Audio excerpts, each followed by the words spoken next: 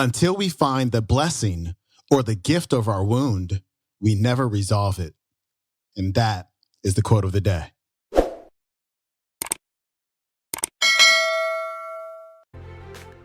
Welcome back to the Quote of the Day show. I'm your host, Sean Croxton of SeanCroxton.com. Today's featured speaker is Debbie Ford, who is the author of one of my favorite books of all time, The Dark Side of the Light Chasers. I highly recommend it. And today, Debbie is showing us how to heal from our past, how to heal from our wounds. You know, Dr. DeMartini, he always talks about how there's a polarity in everything. For every negative, there's a positive. And Tony Robbins always talks about where we focus our attention is where our energy flows. So what happens is this: with the wounds we've experienced in life, we focus our attention on the negative aspects of them, how they've hurt us, how they've hurt other people, how they've hindered us, how they've just held us back from living the life that we want. But seldom do we ask the question as to how that experience, how that wound has become a positive force in our lives. Yes, I said a positive force in our lives. How has that wound been a blessing? How has that wound been a gift? Because once you find that gift, once you claim that gift, the way you see the wound,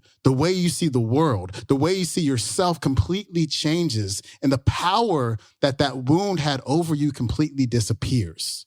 Here's Debbie. In order for us to move in and out of our story effortlessly, we must make peace with the past. Making peace with our past means really going in and looking to see what's unhealed inside of me. What are the lumps in my recipe?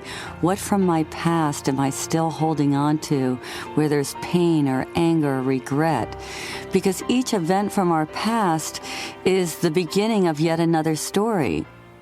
So I have a story about playing tennis. When I was young, my sister played tennis, my brother played tennis, but I was left-handed and I was very, very skinny. And they said, you can't play tennis.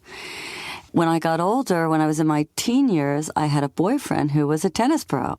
And I remember him asking me, do you want to go play tennis? And of course, I went into my whole story about they never let me play tennis. I can't play tennis. I was too skinny to play tennis.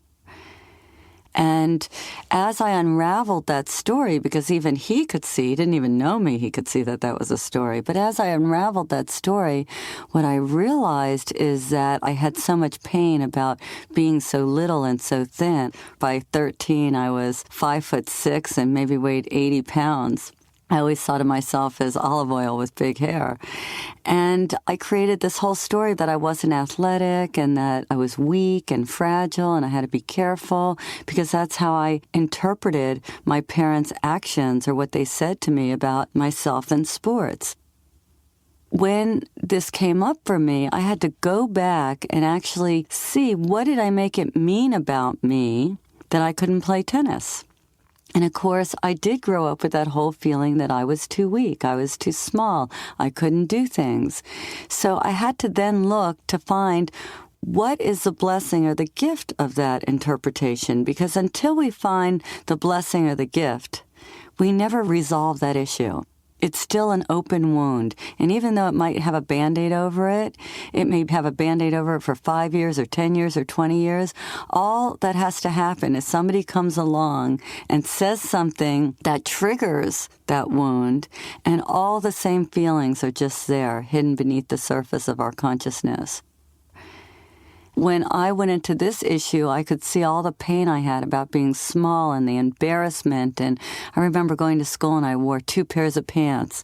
So when I was looking for the gift, what I realized is that because I was so ashamed of my size and felt so skinny and awkward, I created a great sense of style.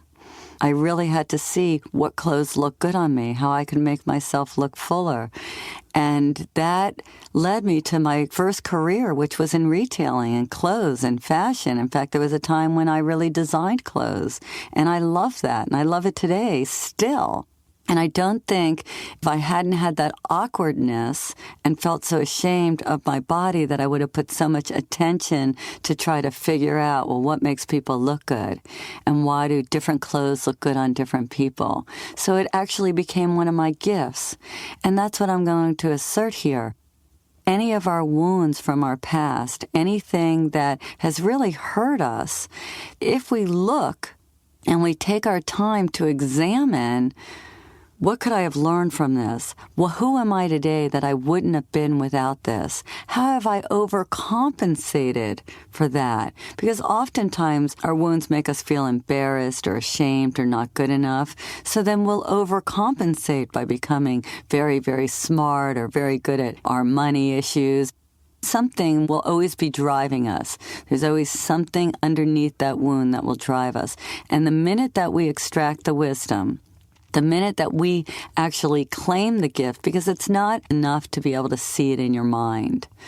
This is a process that we're in right now in this program is to, how do I feel that gift? How do I internalize that gift where I know it's mine, where I understand it, where I feel grateful and appreciative that I struggled with that or I suffered through that incident or that pain actually gave me something? I'd like to give you an example of a woman and her story and then take you through the process so that you can see how it's done.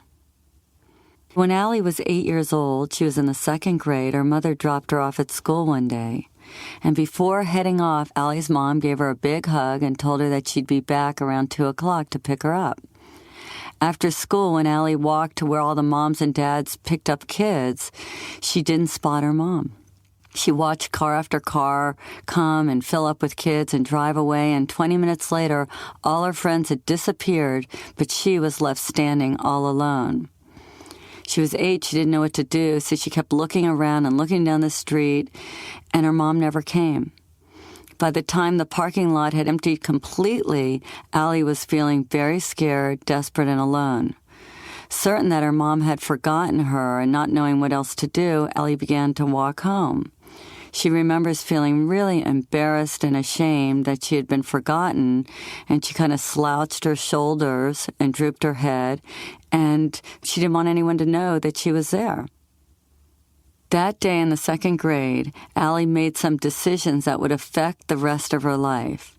Allie decided that there must be something wrong with her, and that's why her mom had left her behind. This became Allie's story. Allie made her mom's absence mean she didn't belong and therefore she wouldn't be loved. After all, if she was okay, if she belonged, her mother would have never forgotten her. She also decided that she couldn't depend on people. This was still one of the lumps in Allie's recipe. It limited the amount of love, the amount of intimacy that she experienced with other people. Allie knew that this incident, this pain, had driven all of her actions and all of her choices towards the people she would get in relationships with. So she desperately wanted to find the pain of this incident so that she could move on with her life. I asked Allie to write down all the ways that those conclusions had negatively affected her life. Allie's list looked like this. I always have to go out of my way to be extra nice to people and do whatever I can to make them happy. I always follow the crowd so I won't be left out. I compromise my own needs for the needs of others. I can't speak up and say what I think or feel because then I might be left behind. I have to give all my power away to others. I asked Allie if she could see that she was still making her mother wrong for forgetting her that day. Although she had a great relationship with her mom, Allie could see that she still held some resentments about that incident. She could see that she unconsciously made her mother wrong each time she found herself acting out one of these behaviors. Allie had done years of therapy and other work on herself and was stunned to discover that she was still making her mom wrong and blaming her for not picking her up that day. I asked Allie what she was getting out of holding on to the incident. She slowly replied, I get to be right in my belief that I can't really count on anyone and that people aren't there when you need them. The next step was for Allie to think about and write down all the times that she co-created similar scenarios in her life. She found some comfort in affirming her story's truth.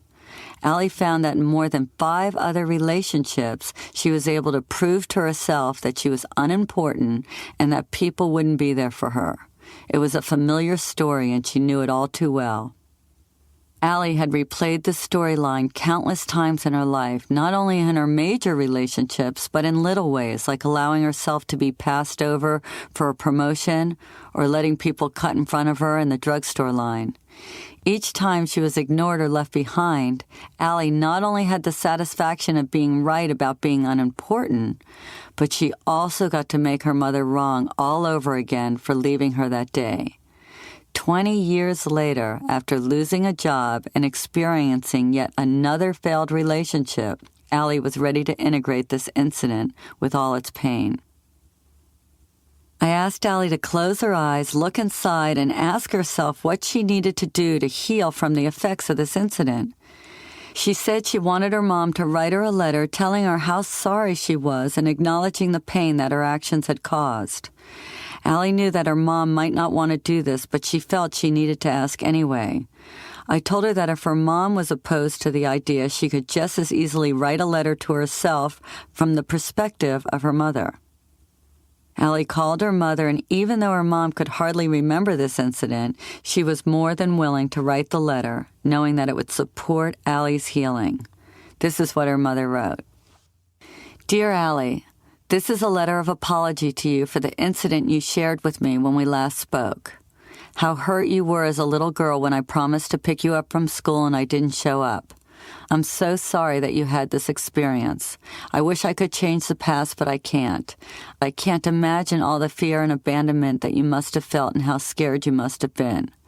When you shared with me, I could hear in your voice all the pain and suffering that you still experience. I would like to tell you how sorry I am for that experience. You mean the world to me. I never meant to hurt you in any way.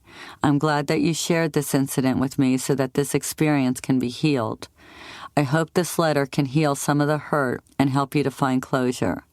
If I can do anything else to help you in the process, please let me know. I love you and I take total responsibility. Please forgive me. Love you, Mom. Allie read these words and wept with a mixture of sadness and joy, the sadness of a little girl lost and alone, and the joy of a grown woman healing from the pain of her past. After Allie had spent a few days with the letter from her mom, she was ready to take the next step of extracting the wisdom that this trauma held for her. I asked Allie to close her eyes and consider what she had learned as a result of that incident. Allie told me that because of that event, she had decided she never wanted people to feel unimportant or left out. So she became an accountable, reliable, and trustworthy friend and family member. Allie looked at me with the certainty of a grown woman and said, if I tell you I'll be there no matter what. Showing up for people is a priority in my life. I am sensitive to people's needs and always try to show them how important they are. I then asked Allie how these gifts have served her in her life. It was easy to see how her warmth and caring had helped so many people and how it drove her to want to help, teach, and care for children. Her commitment to people is one of the things she loves most about herself. Standing in the presence of these gifts, Allie could appreciate the wisdom and the value she had gained from the trauma that had haunted her for so long. I explained to Allie that her feelings of being unimportant and left behind would most likely continue to arise because they had been with her a long time. The question was not how she could get rid of these feelings, but how she could be kind and compassionate to herself even while she was feeling them.